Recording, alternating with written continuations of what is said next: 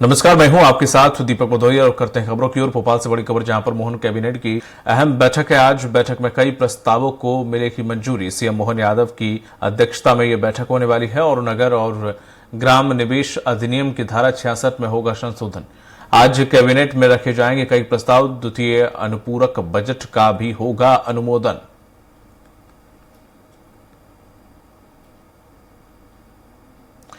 और अधिक जानकारी के साथ जुड़ गए हैं वरिष्ठ सहयोगी संदीप मिश्रा। संदीप जी, आज कैबिनेट की बैठक, क्या कुछ अहम प्रस्तावों को हरी झंडी मिल सकती है?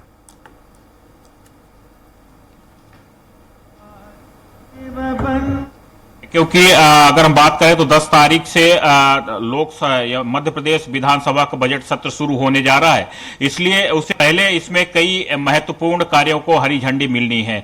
सबसे पहले तो अगर हम बात करें तो यहाँ पर जो अनुपूरक बजट है उसको लेकर के चर्चा होगी पहले कैबिनेट में, क्योंकि जो विकास कार्यों पर जहां अभी रुकावट आ रही तो उनमें कितनी राशि चाहिए तो उसको लेकर के यहां पर चर्चा होगी और फिर उसके हिसाब से करीब 6000 करोड़ के आसपास का अनुपूरक बजट यहां पर यह संशोधन होगा और फिर उसके बाद इस बजट को पास किया जाएगा ताकि जो रुके हुए विकास के काम हैं तो उनको आगे बढ़ाया जा सके। उसके अलावा और अलग अलग कामों को रखा गया है। एक सबसे बड़ी बात यह है कि जनजातीय लोक की बात आ रही है जिसको सरकार ने बनाने का निर्णय लिया है, तो जनजातीय लोग के लिए भी यहां पर चर्चा होगी, क्योंकि जिस प्रकार से आदिवासी वर्ग के हित की लगातार बात करती रही है प्रदेश की सरकार, और अगर हम बात करें तो यहां पर जिस प्रकार से कांग्रेस पार्टी लगातार आदिवासियों के नाम पर राज्य सरकार को घेरती रही है, तो इन सब चीजों को लेकर के राज्य सरकार भी अब काफी गंभीर है और जनजातीय वर्ग के लिए अलग अलग योजनाएं तैयार कर रही है। तो जनजातीय लोग का भी यहां पर एक निर्माण होना है, तो इसके लिए भी यहां पर एक बड़ी कार्य योजना तैयार होगी और उम्मीद की जा रही है कि जनजातीय लोग को लेकर के यहां पर आज हरी झंडी मिल सकती है। जी दीपक। बिल्कुल, इस कैबिनेट की बैठक कितने बजे तकरीबन होने वाली है आज? दीपक, अगर हम कैबिनेट बैठक की बात करें तो क्योंकि एक सीएम हाउस में भी जनजातीय वर्ग का बड़ा कार्यक्रम आयोजित होना है, तो इसलिए ये माना जा रहा है कि करीब 1 बजे के आसपास ये बैठक आयोजित होगी, क्योंकि सभी मंत्रियों को जो मैसेज भेजा गया है तो करीब 1 बजे के आसपास का मैसेज पहुंचा है और सभी मंत्रियों से ये भी कहा गया है कि आप अपने अपने विभागों का लेखा जोखा लेकर के यहाँ पर मौजूद रहें, क्योंकि सबसे बड़ी बात यह है कि जो विधानसभा का बजट सत्र शुरू होने जा रहा है तो इस बार कांग्रेस पार्टी ने चरणबद्ध तरीके से रणनीति तैयार की है, विभागवार सभी मंत्रियों को घेरने की रणनीति तैयार की है। तो यहाँ पर मंत्रियों से खुल करके कहा गया है कि आप होमवर्क अभी से मजबूत कर लें अपना, अपने अपने विभागों का जो लेखा जोखा है, जितने भी सवाल लगाए गए हैं आपके विभागों से संबंधित, तो उन विभागों की अभी से आप तैयारियां कर लें।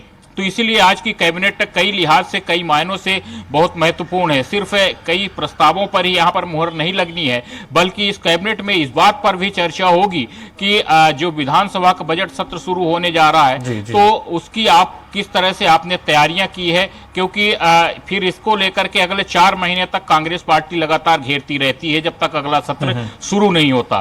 तो इसीलिए ये माना जा रहा है कि करीब 1 बजे के आसपास बैठक होगी। हालांकि अभी तक हम बात करें तो कोई समय निर्धारित नहीं किया गया है कैबिनेट के लिए, लेकिन माना यही जा रहा है कि करीब 1 बजे के आसपास बैठक आयोजित होगी। जी, तमाम जानकारी के लिए शुक्रिया। अगली खबर पे आपसे जुड़े, हमारे साथ बने रहिएगा संदीप जी।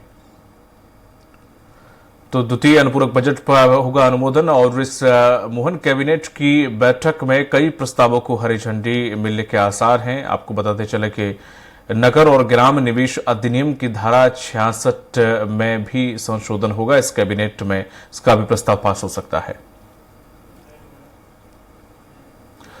भोपाल से एक और बड़ी खबर, जहां पर सीएम हाउस में होगा जनजातीय सम्मेलन। मुख्यमंत्री डॉक्टर मोहन यादव रहेंगे इसमें मौजूद। करीब 4500 लोगों के शामिल होने की उम्मीद है। जनजातीय सम्मेलन के चलते परिवर्तित किए गए हैं कुछ मार्ग। सुबह 11 बजे आयोजित किया जाएगा यह कार्यक्रम, जो कि सीएम हाउस में होने वाला है। और लगातार हमारे वरिष्ठ सहयोगी हमारे साथ बने हुए हैं संदीप मिश्रा जी। संदीप जी, जिस तरह से आप इस ही आयोजन की बात अभी कर रहे थे, जनजातीय सम्मेलन, करीब 4500 लोग इसमें शामिल होने वाले हैं।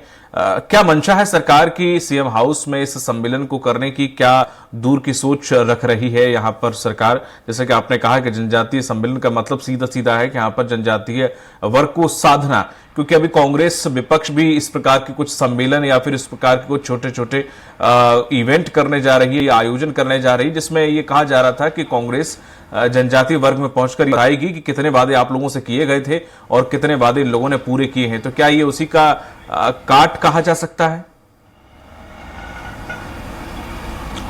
बिल्कुल दीपक, देखिए इसके दो पहलू हैं। सबसे पहले तो हम सरकार की बात करेंगे, क्योंकि राज्य सरकार की ओर से हम बात करें तो पिछले 10-15 साल में भारतीय जनता पार्टी की सरकार ने आदिवासियों के लिए बहुत सारी योजनाएं संचालित शुरू की। यहां तक कि अगर हम बात करें तो पेशा एक कानून जो रहा, जो लंबे समय से मांग रही, आजादी के बाद से लगातार मांग होती रही, तत्कालीन सरकारों ने, पूर्व की सरकारों ने पेशा एक कानून लागू नहीं किया था। भारतीय जनता पार्टी सरकार ने, पूर्व जो मुख्यमंत्री थे शिवराज सिंह चौहान, उन्होंने पेशा एक कानून भी लागू किया आदिवासियों के हित को देखते हुए। इसके अलावा जनजाति वर्ग के लिए अलग अलग बहुत सारी योजनाएं राज्य सरकार ने संचालित की। इसके बाद भी अगर हम बात करें तो कांग्रेस पार्टी लगातार आरोप लगाती रही है राज्य सरकार पर कि कहीं न कहीं आदिवासियों के साथ भेदभाव होता है, आदिवासी वर्ग को सिर्फ वोट बैंक के रूप में भाजपा इस्तेमाल करती है। और यही कारण है कि यहां पर भारतीय जनता पार्टी ने अब इन सारी चीजों को गंभीरता से लिया है। आज जो यहां पर जनजातीय सम्मेलन होने जा रहा है, करीब 4500 के आसपास यहां पर जनजातीय वर्ग के प्रतिनिधि भाग लेंगे। यानी कि ये कह सकते हैं कि जितने जनजाति बाहुल्य क्षेत्र है मध्य प्रदेश में, तो उन सभी जगह से जो जनप्रतिनिधि हैं, जो आदिवासी वर्ग का प्रतिनिधित्व करते हैं, वो सभी प्रकार के लोगों को यहां पर आमंत्रित किया गया है, ताकि वो जाकर के ये बता सके अपने वर्ग को कि राज्य सरकार की ओर से उनको क्या क्या सुविधाएं दी जा रही हैं। क्योंकि हाल ही में आपने देखा है कि केंद्र सरकार की ओर से जिस प्रकार से नल जल योजना प्रारंभ की गई है, उसके अलावा अगर हम बात करें तो जो आदिवासी बाहुल क्षेत्र है, तो वहां पर स्कूलों की व्यवस्थाएं भी ज्यादा मजबूत की गई हैं, ज्यादा दूर तक आदिवासी बच्चों को न जाना पड़े, तो उनको शिक्षित करने के लिए राज्य सरकार ने अलग अलग योजनाएं के तहत स्कूलें भी शुरू की हैं। तो बहुत सारी योजनाएं के राज्य सरकार की ओर से और केंद्र सरकार की ओर से संचालित की जा रही हैं। आदिवासी लोक, एक जनजाति वर्ग के लिए अलग से लोक बनाने की बात कही गई है। तो ये कहीं न कहीं अपने आप में एक बहुत बड़ा मील का पत्थर साबित हो सकता है। राज्य सरकार जितना कुछ कर सकती है, जो भी उसके प्लान में आता जा रहा है कि आदिवासियों का यहाँ से हित हो सकता है, तो वो सारी चीजें राज्य सरकार करती चली जा रही है।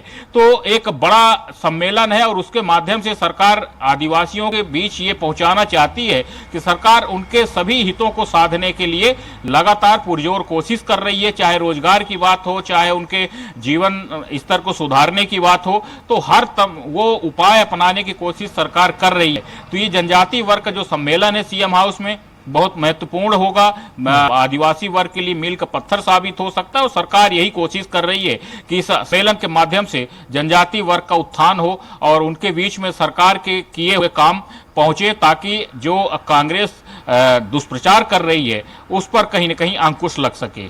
जी बिल्कुल, हमारे साथ बने रहेगा संदीप जी। लगातार हम आप एक और खबर पे आपसे चर्चा करेंगे। तो जिस तरह से आज सुबह 11 बजे ये आयोजित होगा कार्यक्रम, जिसमें जनजातीय वर्ग के 4500 लोग तकरीबन शामिल होने वाले हैं।